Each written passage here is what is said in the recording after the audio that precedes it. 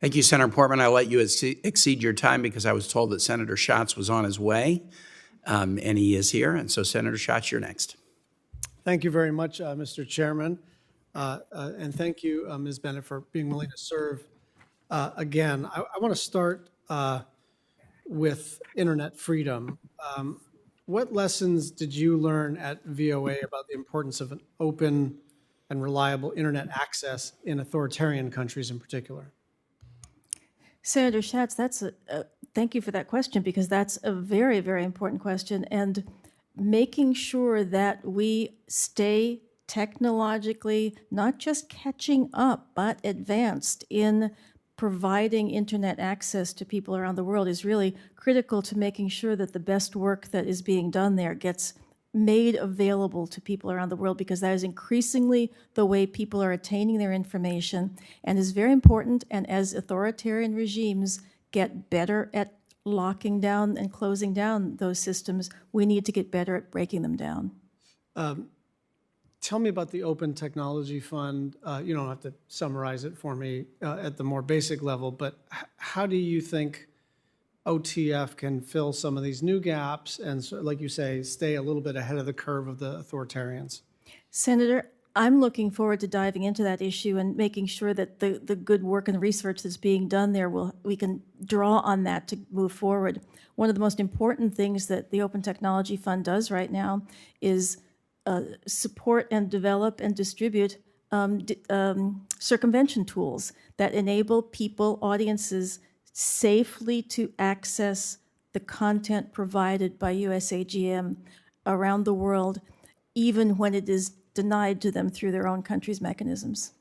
And I assume there's an opportunity for private sector partnership here, as some of these most of these circumvention tools, I would venture to guess, are developed, outside of the four corners of the government. It's one of the strengths, I think, of the Open Technology Fund is its ability to see and use those partnerships, and I look forward to expanding them as much as possible. I don't want to get you in trouble here, but I'm going to say that USAGM was politicized in a way that was deeply unfortunate and has to be reversed. And so I'd just like for you to talk through how we're going to maintain the reputation of USAGM and restore the sense among people on both sides of the aisle and across the planet that you are not doing anybody's bidding other than the bidding of fair and accurate information and the dissemination of facts across the planet. And can you speak to that for me? Yes, Senator, thank you for that question, because I think that my nearly 50-year career in journalism, I have striven to make sure that I always uphold the principles of neutrality, nonpartisanship, unbiased reporting in journalism, and I intend to keep on fulfilling those principles. And those are the principles that USAGM wants at its very heart and soul to maintain. And there's no room for partisanship inside the Voice of America. It is a nonpartisan, unbiased operation without the ability to act independently and to present news of all kinds.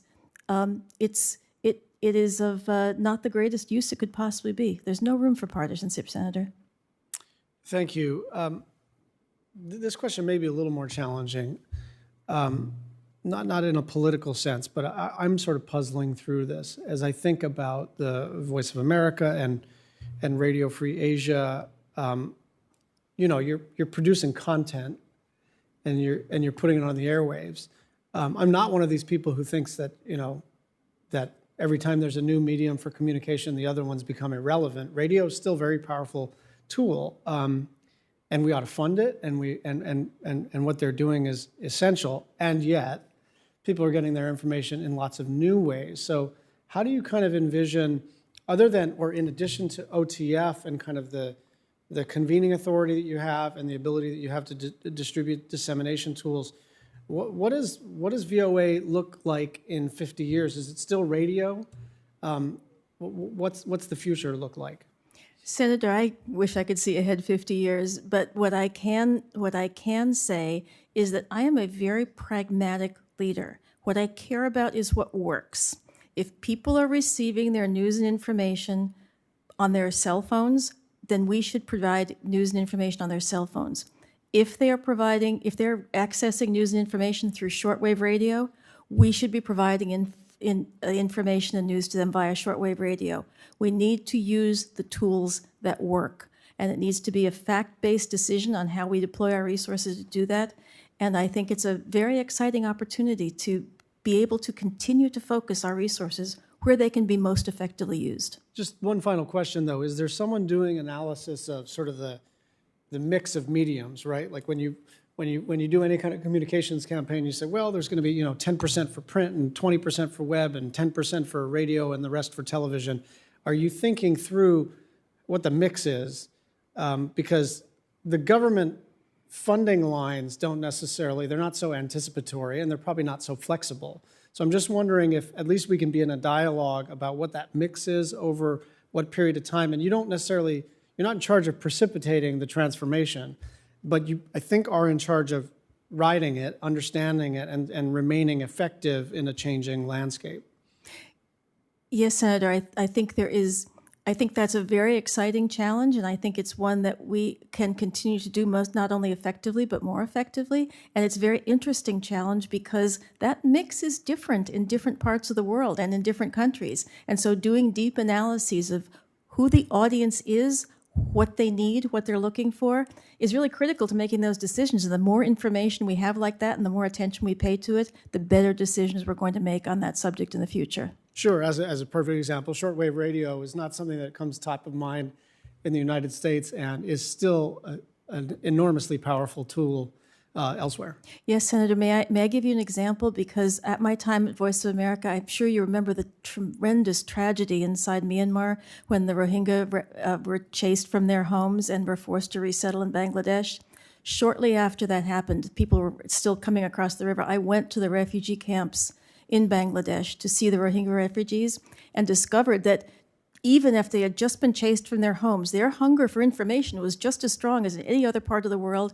And very quickly, very flexibly, very nimbly, we were able to set up a Rohingya language broadcast using shortwave into those camps. And we created, back at Voice of America, created a model that is replicable into other refugee camps around the world. So yes, I agree with you, Senator. Thank you very much. Thank you, Chairman. Thank you, Senator